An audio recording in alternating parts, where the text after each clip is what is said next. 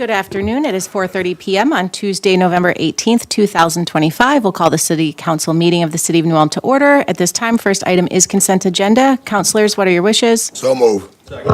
Thank you. We have a motion and a second. Any further discussion? Those in favor signal by saying aye. Aye. That motion does carry. Item 2.1 is a public hearing for a tax abatement program for Garden Terrace New Ulm 2 LLC and Oak Hills Living Center. Mr. Schnobrick, hello. Madam President, members of the City Council, this is a request for a tax abatement program for two groups.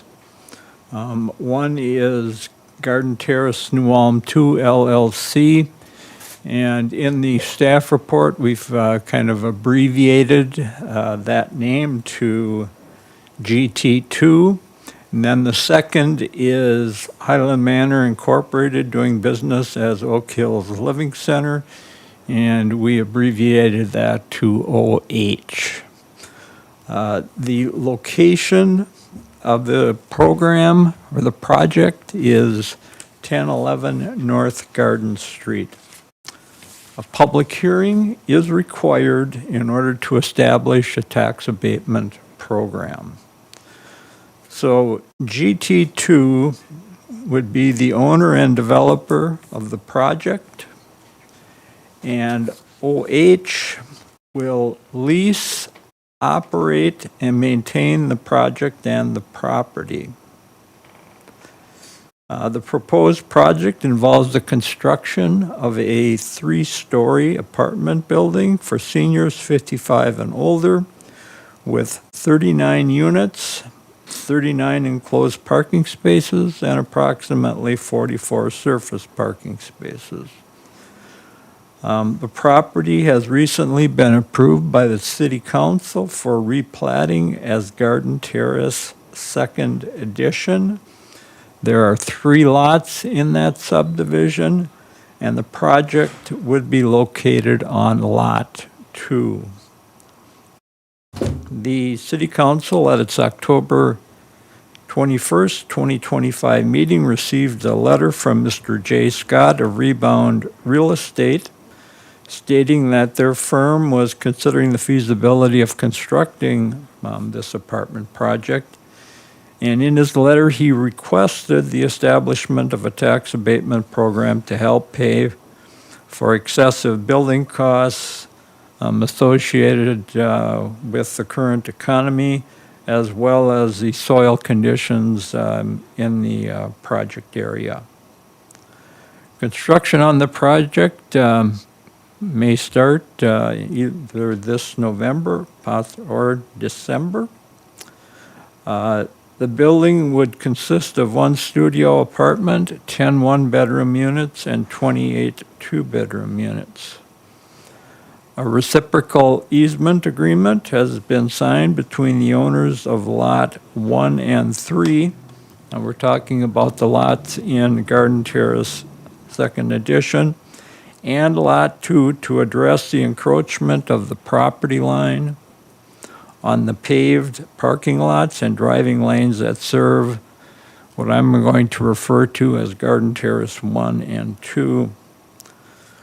A demand study was previously conducted for Oak Hills, which showed that there was a total void in what is labeled as senior independent living, and the staff report provides information on what that entails.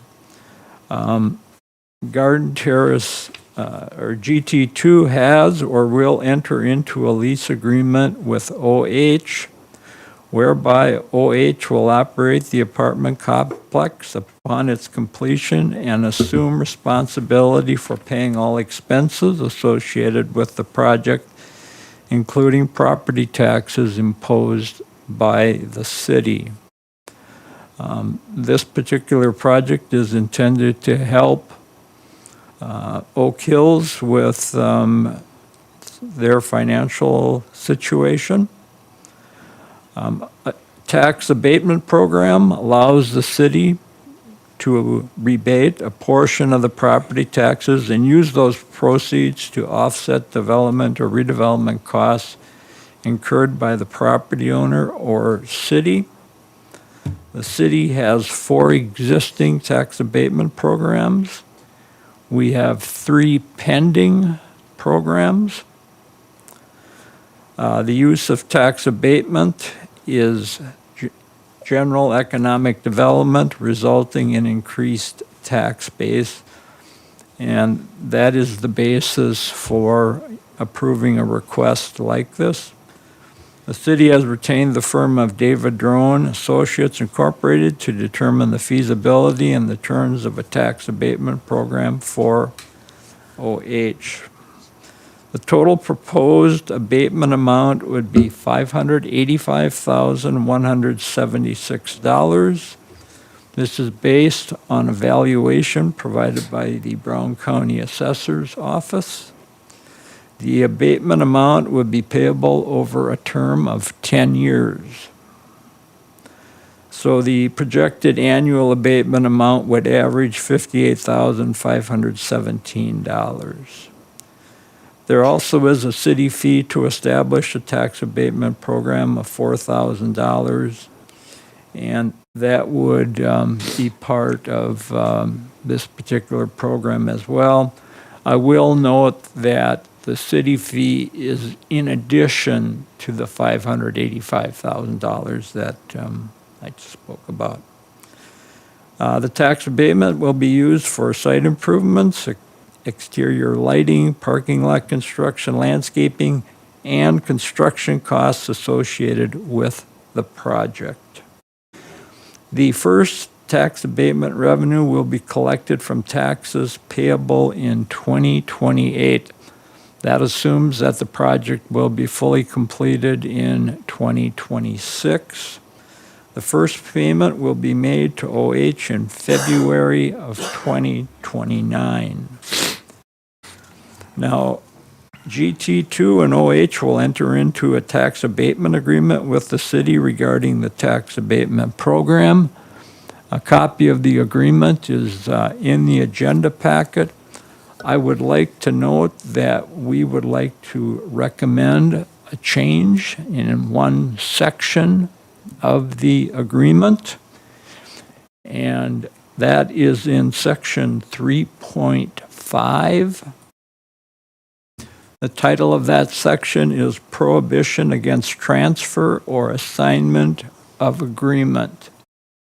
And the new section would read, the owner and operator each agree that prior to the termination date of this agreement, they shall not transfer the project, the property, or any interest therein. And now we're going to add to any party other than the owner or operator without the prior written approval of the city. And I would note that that language was prepared by the city attorney. If the project does not generate sufficient tax abatement revenue, OH will assume financial responsibility for any deficiencies. The financial information that has been provided to the city indicates that the construction of the project could not be undertaken and the lease of the project would not be economically feasible within the reasonably foreseeable future without the assistance and benefit to OH provided by the tax abatement. So tax abatement is essential to this project. I would also like to note that this morning we met with the Brown County Board of Commissioners in taking the first step and having them approve the use of tax abatement for this project. And they unanimously approved a motion to proceed with it, and they've set the public hearing on the tax abatement for December 16th. So that'll be take place. That would conclude the staff report. Thank you, Mr. Schnobrick. At this time, the public hearing is open. If you would like to speak, please come to the microphone and state your name and address for the record. Sorry, Counselor, go ahead. You answered my one question, Dave, on Brown County, how that was looking. I'm happy with that. I don't see anybody coming up to the mic. I'm going to close the public hearing and offer a resolution approving the establishment of a tax abatement program as described in the attached tax abatement agreement for Garden Terrace, New Ulm 2, LLC, and Highland Manor Incorporated, doing business as Oak Hills Living Center at 1011 North Garden Street, also stated with the minor conditions and adjustments to the development or tax abatement agreement. Second. Thank you. We do have a motion and a second. Any further discussion? Director Jorgensen, please call the roll. Counselor Christian? Yes. Counselor Warmka? Yes. Counselor Mack? Yes. And President Becker? Yes, that motion does carry. Thank you. Item 3.1, raffles and gambling permit for Church of St. Mary. I'll offer the motion to approve the issuance of lawful gambling permit for Church of St. Mary to conduct raffles gambling at the Church of St. Mary, 417 South Minnesota Street on Thursday, February 5th, 2026. Second. We do have a motion and a second. Any further discussion? Those in favor signal by saying aye. Aye. Aye. That motion does carry. Item 4.1 is summary of business conducted during board and commission meetings. You did attend the Park and Rec meeting, normal business operations. The Park and Rec director did give us an update. The plan is about 50% done, the master plan, some excellent information. I can't wait to see the final draft of it. And I've said this at the last couple meetings, if you haven't had a chance, look at it, because what some of our survey results were surprised me, what the taxpayer and people are looking for in New Ulm. Also, EDA had their meeting this morning. As normal, I'm going to defer to the council president, who was in attendance, so she can give the lengthy report. That's it. Fire relief has been business as usual, but Safe Routes to School meeting, the committee was very pleased with the city's improvements throughout the community on the 2026 capital improvement plan. It said that it felt that the improvements are going to be a nice impact on pedestrian travel. School zone study was completed this fall. Once they get the data all together, they're going to present what was completed. And currently, the safe walking and safe biking map for the general public is being updated, so. Sister Cities Commission, next Monday at the Kickle Club will be the farewell goodbye for Samuel Coops, our Sister Cities intern that's working at Doggish Hill Brewing Company, and he's given a nice update and enjoying his time there. And so if anybody in the community is out there that's met him, there'll be a farewell reception at 5:30 at the Kickle Club. Thank you, Counselor. Do you mind if I go and then I'll let you go? Because I know that you have some good updates from CGMC. So yes, we did have an EDA meeting this morning. It was unusual, but last Tuesday was Veterans Day, so we moved it to this morning. We did receive a big update from Better City on the draft of the plan for EDA, and that's based off of a lot of our feedback and the feedback of others. And just hearing from Jay and Sarah, his team, that we are really just a city that punches above its weight class is kind of how he put it in his words, with the amenities and the services and things that our community can offer. There is potential recommendation for maybe adding some more lodging options and things that we as an EDA can explore, but looking forward for more to come on that. I don't know, Chris, did you have anything you wanted to add to that? Not really. I mean, it's just putting together a blueprint for what the board should have as a vision and a mission, kind of putting that in context. So when the board looks at programs to roll out, or when they revamp programs, they have a kind of North Star to look at and make those decisions. Yes, and lots of good information in that report. Mayor, did you have anything to add? Not to add to that, but I Okay, and have had we both attended CGMC, and so I'll let you give some of those updates and if I have anything to add. Oh, okay, very good. I had the opportunity to participate in a tour in New Ulm. It was the DFL capital campaign or Capital Investment Committee, looking at projects, potential projects for the 2026 bonding bill. So we had a tour of the lift station located at Front and Center. And our legislators, Dames and Torgelson, were in town for that, so it was a good opportunity for New Ulm to showcase our needs. Also, we did a ribbon cutting for the Keller Williams Classic Realty, so we have yet another property real estate company represented in New Ulm, which is always good for us. Human Rights Commission reported on their first of a 4-part series on living without limitation. And it was on vision impairment, and it was well attended, and they had 5 participants on that committee. So it was a good start for that group. This is something new for the Human Rights Commission. We had the sister cities. The one thing that I wanted to add to the report was that we had presentations from our outgoing person from the Hans Jost program, did a wonderful report, as did our incoming Hans Jost representatives. So we enjoyed the reports from both of them. And let's see, what else do we have here? The Coalition of Greater Minnesota Cities. That was a great conference to attend. Really like, again, the coalition. It's a bit smaller than the Minnesota League of Cities in that they focus on the rural communities. And so it's a little bit more of a one-to-one conversations, I feel, because there's fewer people in the room.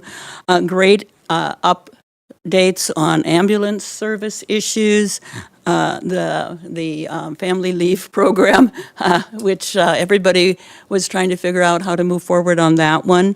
The zoning issue of one size fits all was again dissected and reported on. Very, very good experience. And Andrea, I don't know if you have anything to add to that.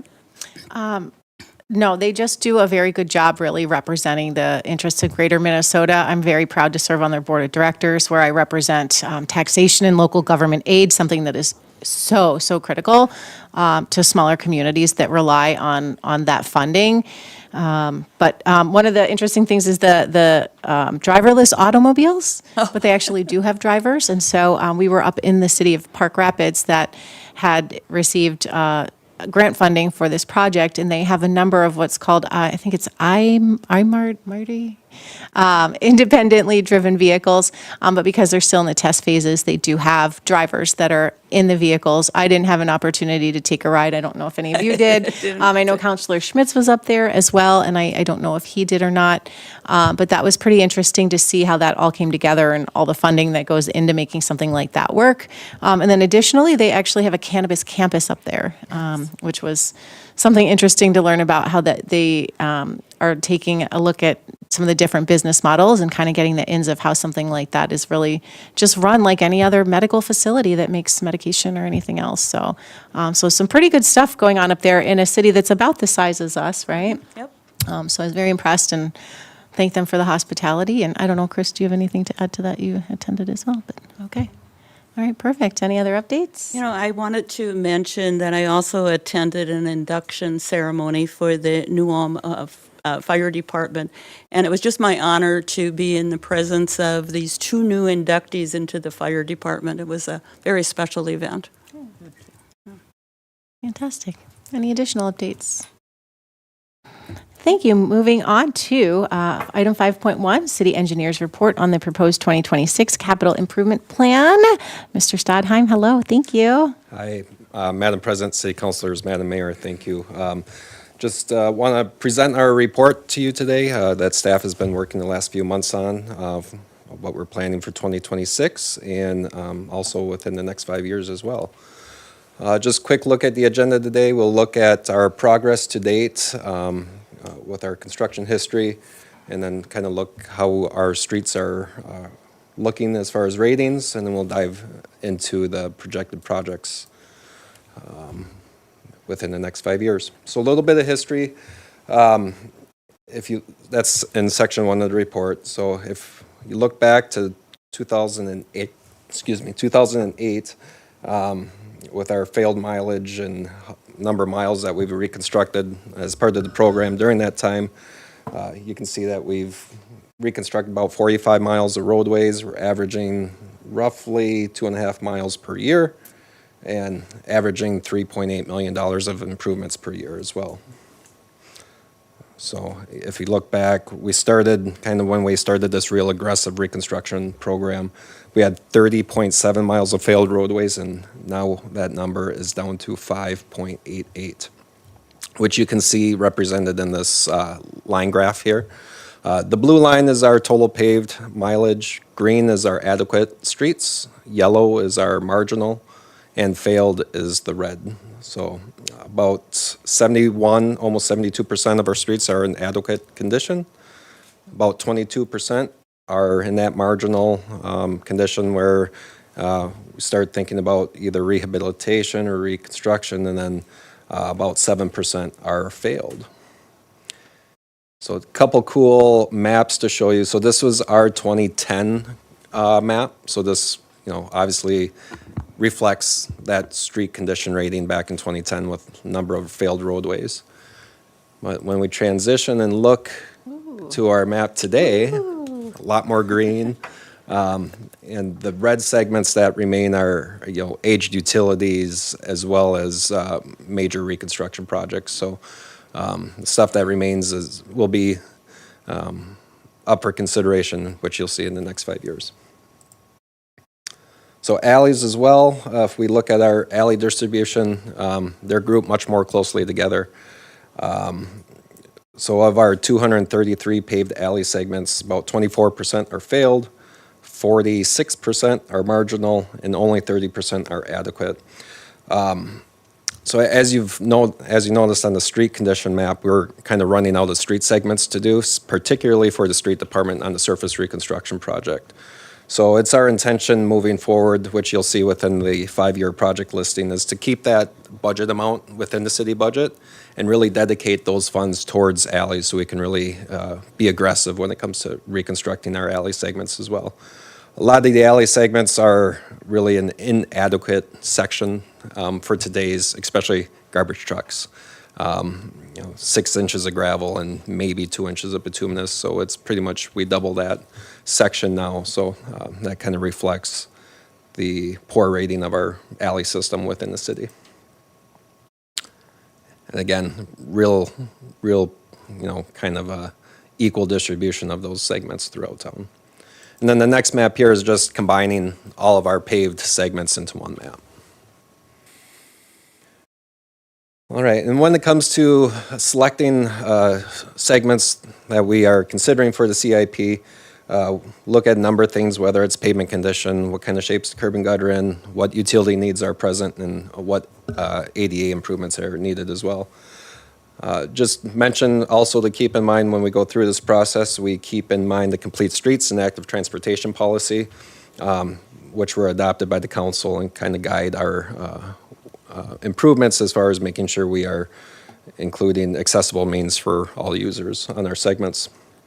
And I do want to note we do public outreach with our CIP as well.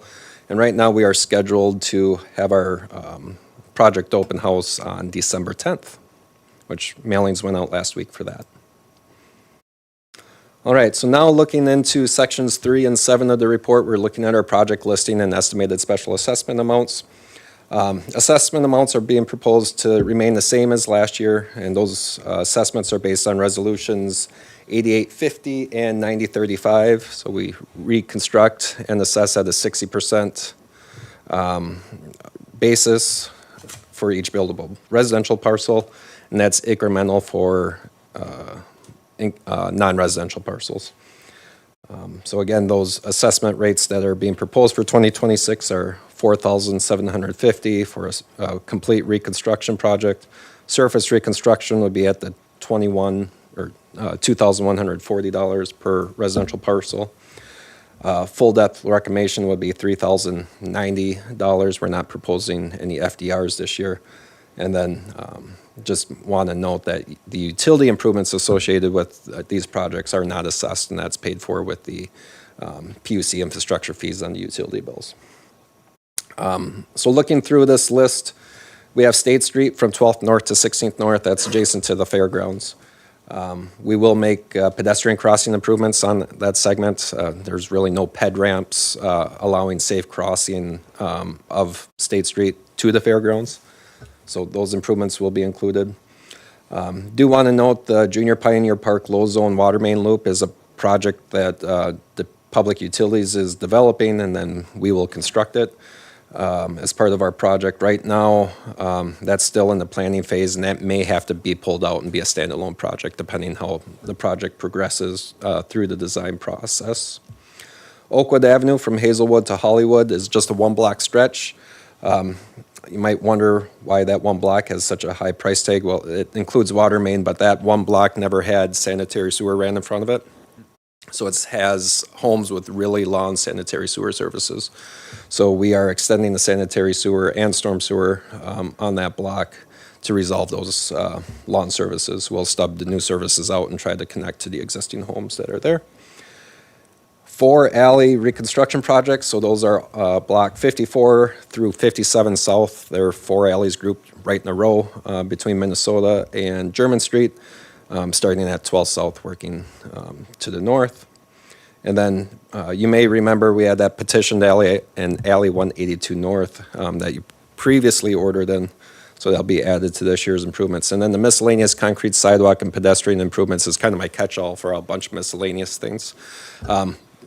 Most notable will be, we're going to do more rec trail patching up on North Highland Avenue. Some tree roots have caused pretty substantial issues up there, so we're going to resolve that. And then we are also going to make some pedestrian safety improvements on 5th North Street adjacent to the MLC soccer fields. It's long been an area that gets real busy during soccer season, so we're proposing to put painted crosswalk, pedestrian ramps, and a RRFB system. Somewhere up there, we're going to try to find a good spot with good sight lines to alleviate those concerns that parents have shared with their kids going to and from soccer.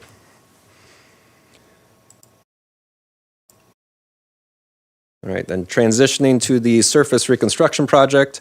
The big one on that segment is Jonathan Drive from Summit Avenue to the south leg of McIntosh Drive. So Jonathan kind of goes up and then curves around kind of like a J. So we'll take care of that segment.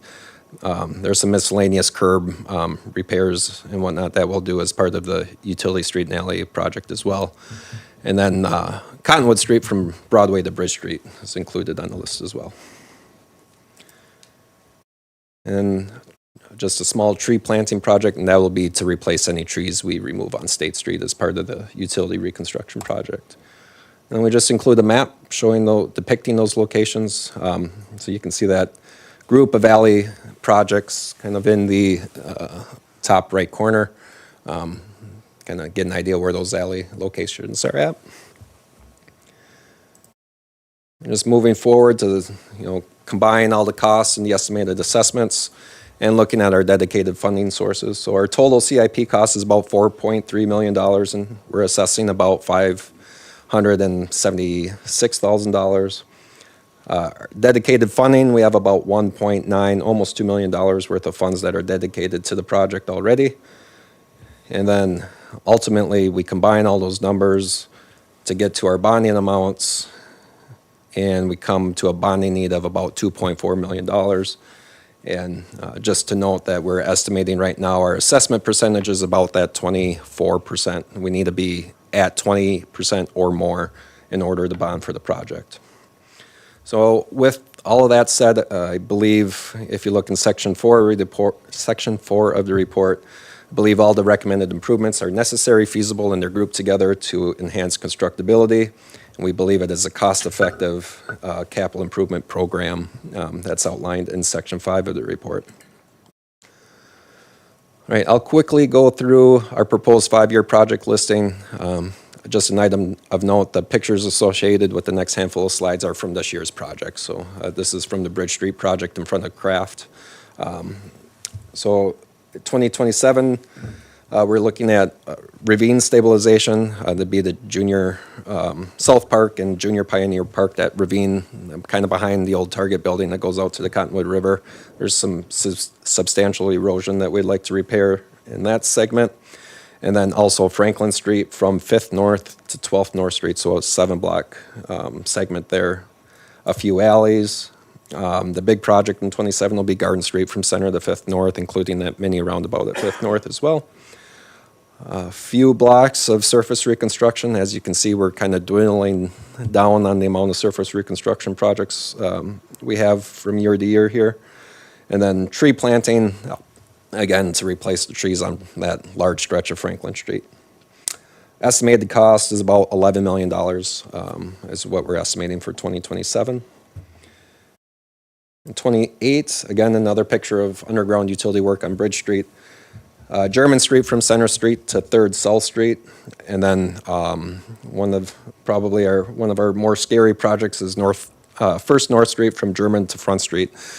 Many aged utilities and a lot of unknowns in that segment. So we are actually starting the design work this year on this project so we can figure out what utility conflicts we have and what needs other utility providers have in that segment so they can determine what they need to reconstruct as well. A few more alleys and then surface reconstruction project, a few more blocks as well. And that CIP is about 4.3 million. So we kind of peak and valley as we have. So in 27, we're so high with the CIP amount because we have that federal funding for Garden Street. 29, again, another picture of Bridge Street water main construction. This would be Payne Street from Center to 5th North, and then also State Street from 5th North to 8th North. And let's see, 1, 2, 3, 4, about 8 alleys are included. And then we're also going to propose a MSAS project to continue the German Street reconstruction, replace those aged utilities. Again, tree replanting on our reconstruction projects. We're estimating about $7.7 million worth of improvements. And finally, in 2030, continuing our Payne Street reconstruction, more alleys, and we are applying for more federal funds, and we're doing this with Brown County as well to hopefully have a 2030 MSAS improvement project, and that would be the Center Street corridor from Payne to Center. I think we previously looked at that intersection control evaluation study, looking at roundabout construction there. So again, about $12 million total there. And here is the map reflecting all of those projects. So you may be wondering, what about the airport? So once we're done with our projects that are being funded with the 2025 bond cycle, the fuel system, apron expansion, new crosswind runway, we will be paying ourselves back with our entitlement funds for the next at least 5 to 6 years. Might be a little bit longer than that as well. So our projects at the airport will pretty much stop until we have paid ourselves back for these projects coming up. So combining all of that into, what's our total cost with the next 5 years? We're about $39 million with a bonding need about $18 million over the next 5 years. At the completion of the 5-year CIP, we will reconstruct about 5 miles of roadway and 25 alley segments. So that would conclude the presentation that I have for you today. The last 2 pictures were the new fuel system site work at the airport as well. I forgot to mention that. So be happy to answer any questions you may have. Thank you.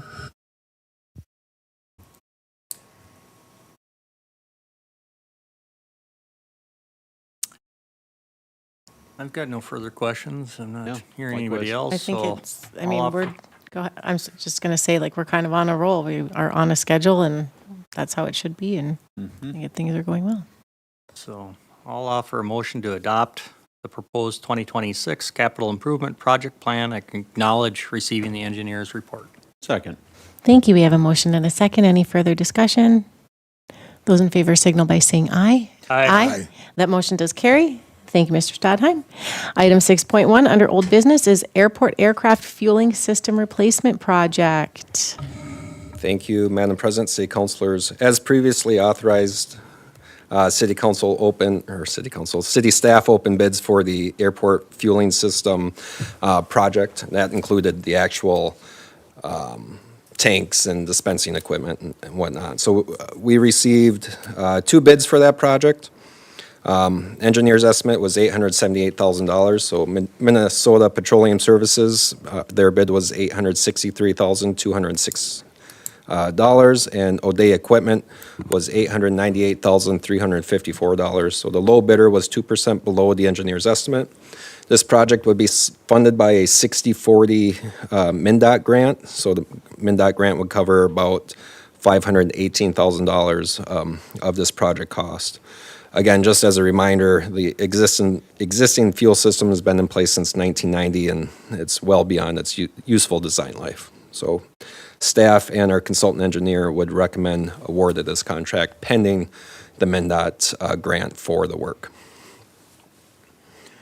I always love when bids can come under the estimates, so I'll go ahead and make a motion to award the contract for the airport aircraft fueling system replacement project to Minnesota Petroleum Services Incorporated in the amount of $863,206, contingent on the city receiving the companion state grant amendment to complete this work. Second. Thank you. We have a motion and a second. Any further discussion? Those in favor signal by saying aye. Aye. That motion does carry. Item 6.2, the 2025 MSAS Improvement Project. Thank you, Madam President, City Councilors. This one's a little bit different than the last bid award. So as previously authorized, staff opened bids. We received 1 bid for this project, and that was from Boulder Creek Incorporated. It's $749,572. That bid was about 204% higher than the engineer's estimate for the work. When reviewing the bids, there was quite a discrepancy between the engineer's estimate and the bid received for some bearing cleaning work and bolt tightening that we had specified on the project. So staff and the consultant engineer, and that's Kent Rohr from Widseth, recommends that we reject any and all bids on this project. So rejecting the 1 bid, making modifications to the proposal documents and specifications to better clarify the work expected for that bearing repair, and then re-advertise this project, and hopefully we get a few more bids as well. We spoke with some local contractors asking why they didn't bid on the project, and with working within the river, there's always some uncertainty there. So we also opened up the completion dates more, so there's some flexibility for the contractor in the event of a high water event, just so they have some peace of mind that, if the river comes up, we will wait for the river to come down before we have to, before they work in that water. So those changes to the contract documents have been made. We are ready to advertise this project if the council so wishes. Again, this would be a project shared 50-50 with Nicollet County, and the Nicollet County engineer has been in discussions as well. So his recommendation is to proceed with rebidding and rejecting the bids. Any questions? With that information, I'm going to offer the resolution rejecting all bids received by the city pursuant to the 2025 MSAS Improvement Project, advertising for bids in which bids were opened on November 12, 2025, and approving the revised project plans and specifications, directing the city engineer to re-advertise for bids on the revised plans and specs for the 2025 MSAS Improvement Project, and set the bid date for Wednesday, December 10, 2025 at 10 a.m. Second. Thank you. We have a motion and a second. Any further discussion? Director Jorgensen, please call the roll. Counselor Christian? Yes. Counselor Warmka? Yes. Counselor Mack? Yes. President Becker? Yes, motion carries. Item 6.3 is ordinance number 2025-110, second consideration of the schedule of fees. There have been no changes since the first reading Mm-hmm. to the schedule, so. There was nothing too out of sorts there, so I'll make a motion to conduct the second consideration and adopt ordinance number 2025-110, amending section 2.99 of the city code of the city of New Ulm relative to the schedule of city fees. Second. We do have a motion and a second. Any further discussion? Those in favor signal by saying aye. Aye. That motion does carry. Under new business, item number 7.1, assignments for the 2026 calendar year. For motion to approve the following assignments for the 2026 calendar year. First Assistant Chief Aaron Wilford, Second Assistant Chief Nathan Osborne, Fire Marshal Trent Zabel. Second. Thank you. We have a motion and a second. Any further discussion? Those in favor signal by saying aye. Aye. That motion does carry. Item 7.2, Convention and Visitors Bureau Financials, quarter ending September 30th, 2025. A motion to receive and order file the report from Sarah Warmcup, President and CEO of the New Ulm Area Chamber of Commerce regarding the Convention and Visitors Bureau financial report for the quarter ending September 30th, 2025. Second. We have a motion and a second. Any further discussion? Those in favor signal by saying aye. Aye. That motion does carry. Item 7.3 is the 2026 Convention and Visitors Bureau budget. I'll offer a motion to approve the 2026 for the Convention and Visitors Bureau beginning January 1, 2026. Second. We have a motion and a second. Any further discussion? Those in favor signal by saying aye. Aye. That motion carries. Also, item 7.4, early vested application from Nick Schneider. Hard to see him leave, but I'll make a motion to approve the early vested application of Nick Schneider to be placed on the New Ulm Fire Department Relief Association early vested pension roll. Second. Thank you. We have a motion and a second. Any additional discussion? Yeah. Those in favor signal by saying aye. Aye. That motion does carry. Thank you for your service. Item 7.5 is Fire Department donations. I'll offer the resolution to accept the following donations to the fire department. $288.34 from the Pizza Ranch Community Impact Night, $1,905 from the Brown County Ag Society.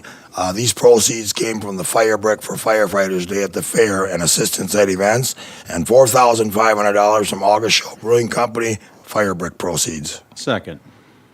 We do have a motion and a second. Any further discussion? Director Jorgensen, please call the roll. Counselor Christian? Yes. Counselor Warmka? Yes. Counselor Mack? Yes. President Becker? Yes, that motion does carry. With no additional business, the meeting today is adjourned. Thank